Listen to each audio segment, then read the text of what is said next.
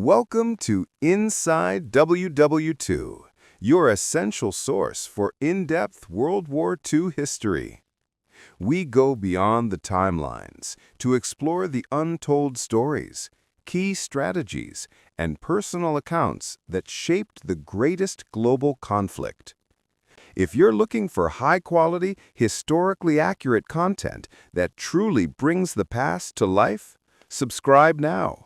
And join us for the full story, the FCC's RID and Japan's surrender. The Federal Communications Commission played a largely unknown role in the end of World War II. George Sterling received a teletype message from the War Department just after 5:15 a.m. on August 15, 1945. Less than 45 minutes later, Sterling, Chief of the Federal Communications Commission's Radio Intelligence Division, RID, handed a message to the RID's teletype, TWX, operator to send to the monitoring station in San Leandro, California. Send following message at once in clear. At virtually the same moment across the country in San Leandro, where it was 3 a.m., the teletype machine began typing. Send following message at once in clear. The monitoring officer's jaw dropped as the message continued.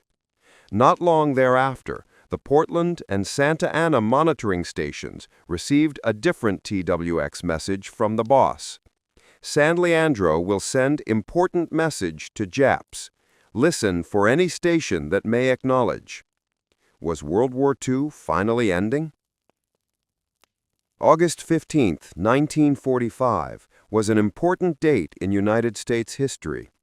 Volumes have been written about the Japanese surrender to the Allied powers on that date, and the formal ceremony held 18 days later aboard the battleship USS Missouri in Tokyo Bay.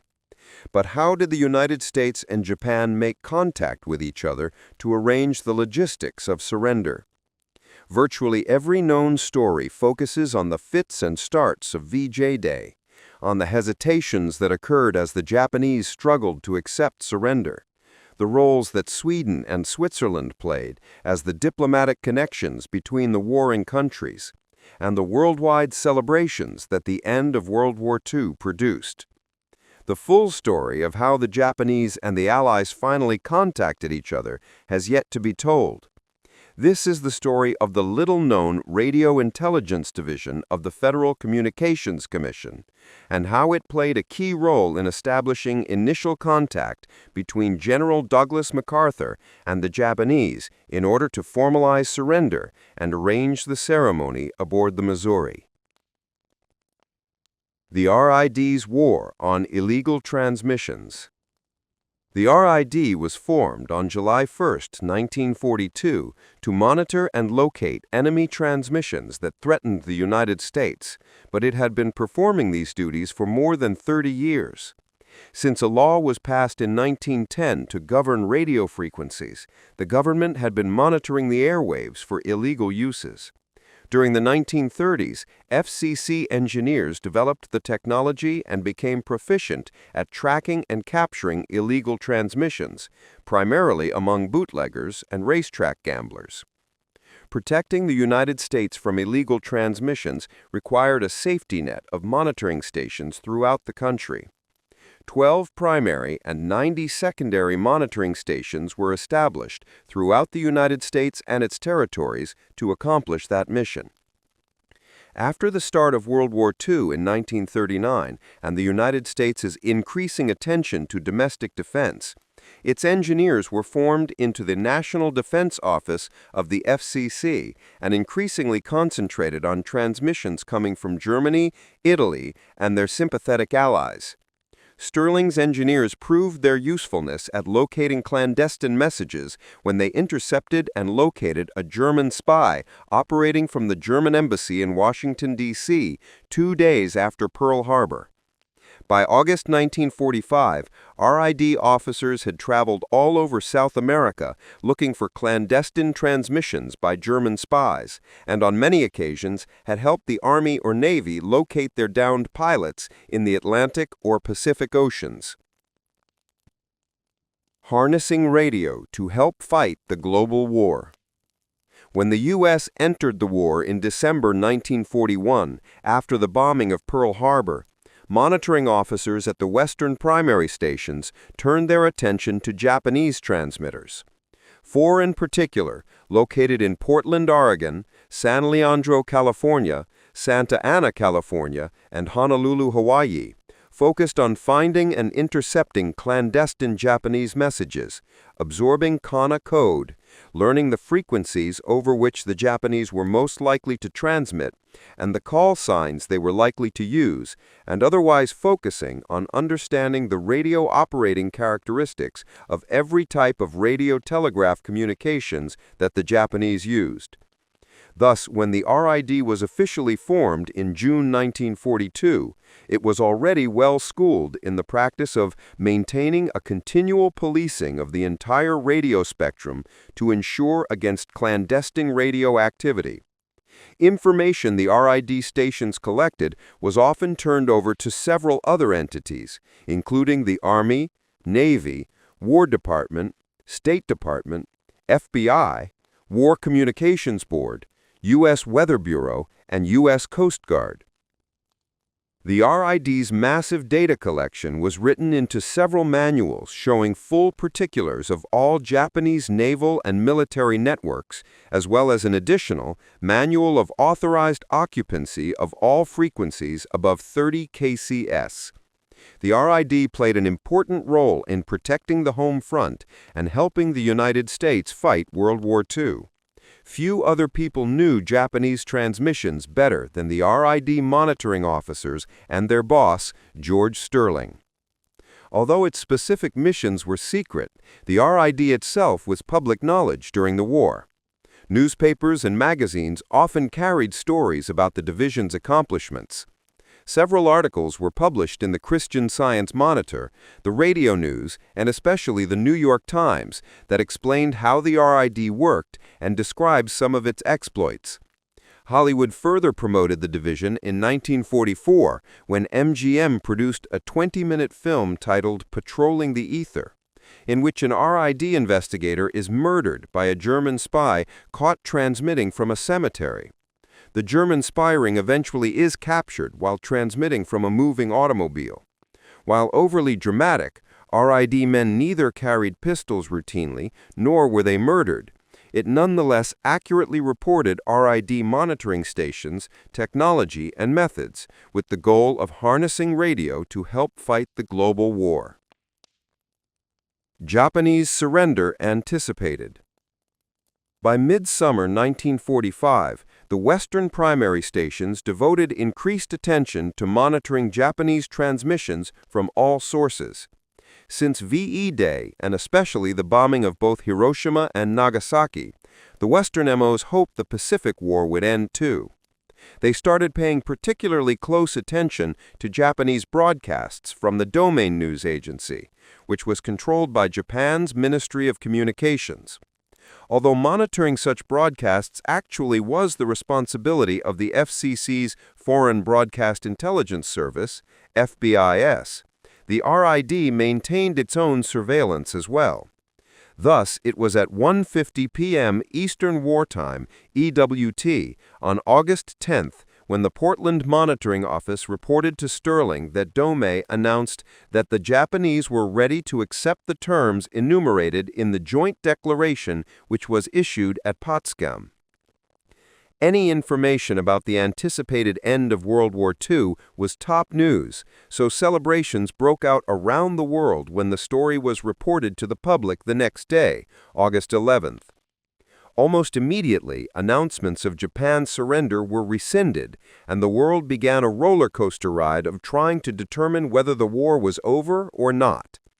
RID monitoring officers continued to transcribe so many Japanese broadcasts that Sterling, on the afternoon of August 13th, admonished them to refrain from transmitting intercepts of broadcast messages, in part because it was the responsibility of the FBIS. More importantly, given the difficulties the United States encountered with making official contact with the Japanese and the growing worldwide tension regarding exactly when the surrender would occur, Sterling did not want his monitoring officers to contribute to the confusion. Sterling, however, informed the Western monitoring stations that he had assigned a special task to Portland to keep him informed on the Jap situation. The Portland monitoring station took the lead on monitoring Japanese broadcasts. Sterling further told the other Western monitoring stations that any significant calls that appeared to originate from Japanese stations that appeared to be unanswered should be reported to him. Less than 12 hours after the Portland office received its assignment from Sterling, Monitoring Office Landsberg began sending updates to the boss.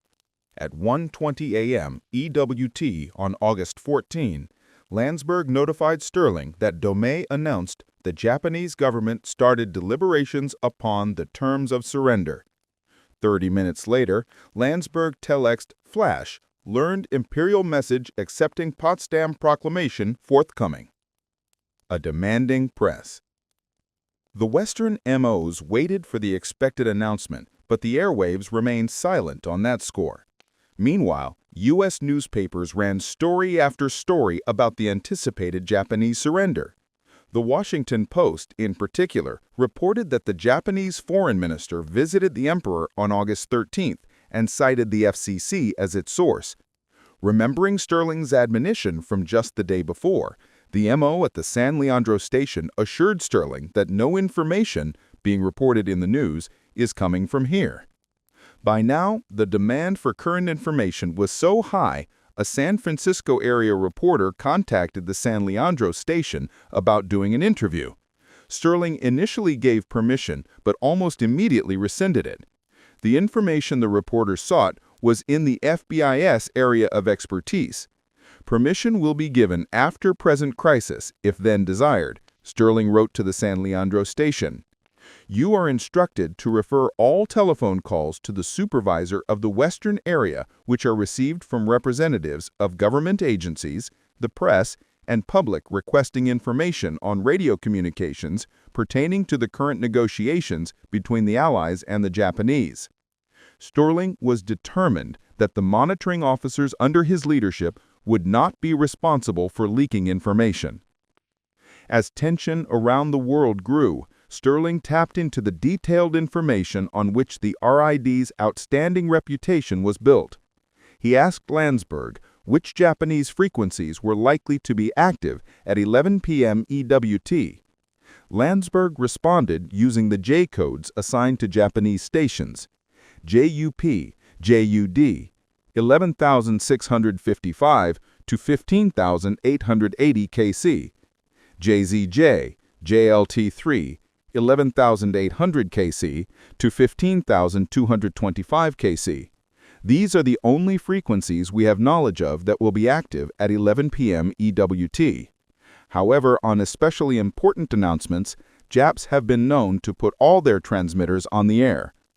Within 12 hours of this message, the Western MOs would participate in establishing direct contact between General Douglas MacArthur and the Japanese. A message from MacArthur. In the early morning hours of August 15, 1945, in a sultry Washington, D.C., one of the FCC's telex machines started receiving a message at 5:16 a.m. The telex was from the War Department in Washington. More specifically, it was from General Frank Stoner, head of the Army Communications Service in the Office of the Chief Signal Officer. Stoner instructed the FCC to have the person of highest authority have the following message transmitted in the clear in any or all means available if possible. Request you have the following operational priority message transmitted by every practical means at once. In less than 45 minutes, at 6 a.m. EWT, George Sterling relayed Stoner's message to the San Leandro monitoring station. The message started with detailed instructions from Sterling. Send following message at once in clear on 3 channels, signing your regular FCC call. At conclusion, advise the Honolulu monitoring station to relay message using the same procedure, signing their regular call. At conclusion, listen for reply to message from any Jap stations that may call you for verification or to transmit traffic. Make contact, if possible, to ensure delivery of this message. The message that was received from Stoner, and which Sterling now directed the San Leandro monitoring station to transmit in plain English, started. Send in clear, 15 August 1945. From Supreme Commander for the Allied Powers. To the Japanese Emperor. To the Japanese Imperial Government. To the Japanese Imperial General Headquarters. The message was from General Douglas MacArthur, who had been appointed Supreme Commander for the Allied Powers only hours earlier. It took 20 minutes for the entire message to transmit to San Leandro. The MO, whose jaw initially dropped as he read the message, immediately acknowledged its receipt and followed up by asking for clarifications. Shall Honolulu use his 4 call also? Yes, Sterling responded. You are authorized to advise him regarding the transmission of this message in plain English. A few minutes later, the MO further inquired, See no call for SNTLA 4-letter call sign. Will you check this, please? Sterling responded, You shall use the call KFCA. Signed, MacArthur. The MO began transmitting MacArthur's message immediately. From Supreme Commander for the Allied Powers, to the Japanese Emperor, to the Japanese Imperial Government, to the Japanese Imperial General Headquarters, I have been designated as the Supreme Commander for the Allied Powers and empowered to arrange directly with the Japanese authorities for the cessation of hostilities at the earliest practicable date. It is desired that a radio station in Tokyo area be officially designated for continuous use in handling radio communications between this headquarters and your headquarters. Your reply to this message should give call signs, frequencies, and station designation. It is desired that radio communication with my headquarters in Manila be handled in English text, pending designation by you of a station in the Tokyo area for use as above indicated. Station JUM on frequency 13,705 kilocycles will be used for this purpose, and Manila will reply on 15,965 kilocycles. Upon receipt of this message, acknowledge. Signed, MacArthur. Waiting for a reply. Sterling waited for over 3 hours for any Japanese to respond. He heard nothing. Sterling took action. At 8:41 a.m. EWT, he instructed the MO to send the message again. Commencing at 9 a.m. EWT, transmit for 1 hour at 15-minute intervals MacArthur's message. Transmit at speed of 20 WPM, good hand keying. Only a minute later, Sterling sent an additional message to the Santa Ana and Portland monitoring stations, informing them that San Leandro would send important message to the Japs at 9 a.m. EWT. Listen at the conclusion of the message, combing all bands for any station that may acknowledge or call SNTLA. Print any transmission intercepted for the benefit of SNTLA. The MO again sent the message, and again they waited. Back in Washington, D.C., the teletype machine suddenly started transmitting a message from San Leandro. Had the Japanese responded? No, it was the MO informing Sterling that 12 Naval District request identification on call KFCA. Am I authorized to say if FCC? Before Sterling could reply, the MO quickly followed up with, skip it please, he hung up, thanks anyway. A few minutes later, another message started coming from San Leandro. Had the Japanese answered the transmission? Again, no. The MO was aggravated by the Honolulu monitoring officer whom he instructed to send the message only once. He is sending it again now, and I am unable to make this broadcast at 9:30 EWT due to frequency use of both of us. Let it go until he's done, Sterling responded. The MO allowed, he'll probably have a better chance of Japs getting it from Honolulu, but you said for him to only send it once. That's the reason I mentioned it. Also, fact that I can't make this. A few minutes later, Sterling inquired, Any indication of reply to broadcast? Not yet, came the response. There is so many Japs on these channels that I can't read any single one of them. And again, a few minutes later came a message from the MO. Haven't heard any Japs using English yet. They're all Kana code. Tokyo Station call sign JNP frequency 13740 language English. Suddenly, on August 15 at 8:51 a.m. EWT, the Santa Ana monitoring station transmitted Jap Just Acknowledge message, said use JNU3 13475 KC in few minutes for your official message. Adcock, direction finder, being secured until further notice. The RID had gotten through to the Japanese. Sterling relayed the frequency information to the War Department, after which the RID no longer transmitted on behalf of MacArthur.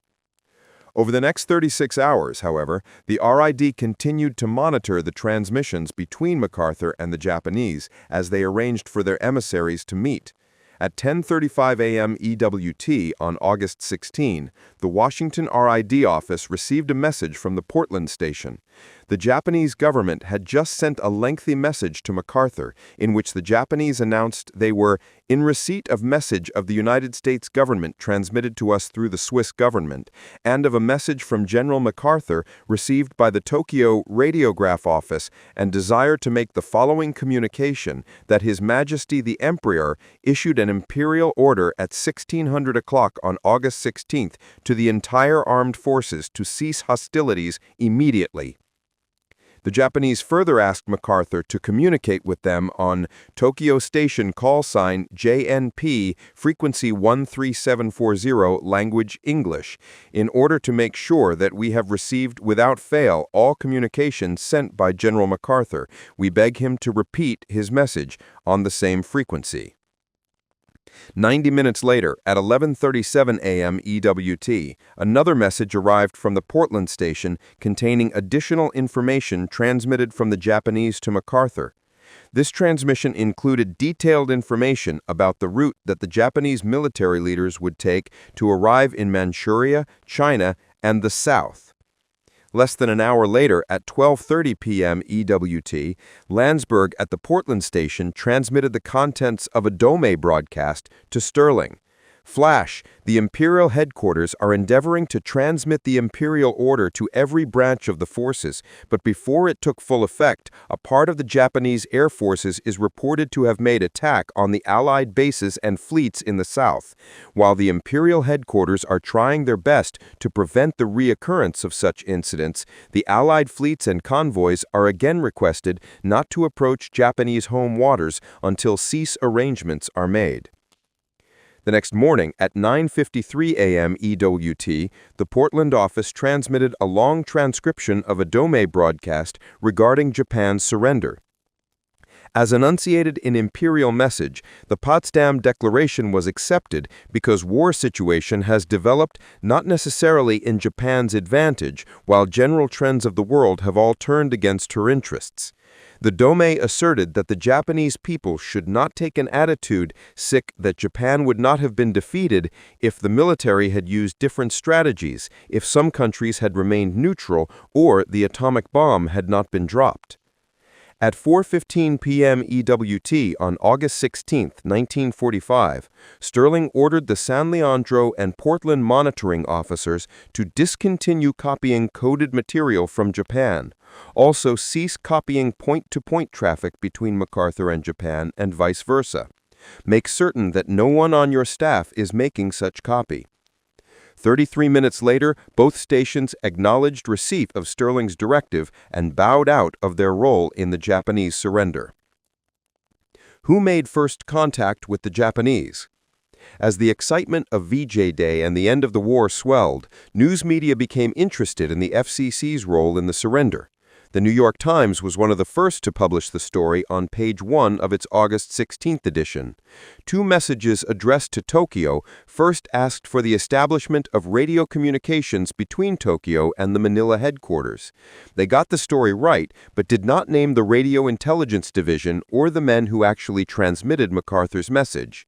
3 days later, the New York Times again reported that on Wednesday, August 15, General MacArthur sent his first messages to Japan, ordering establishment of radio facilities, but again the report did not include the RID.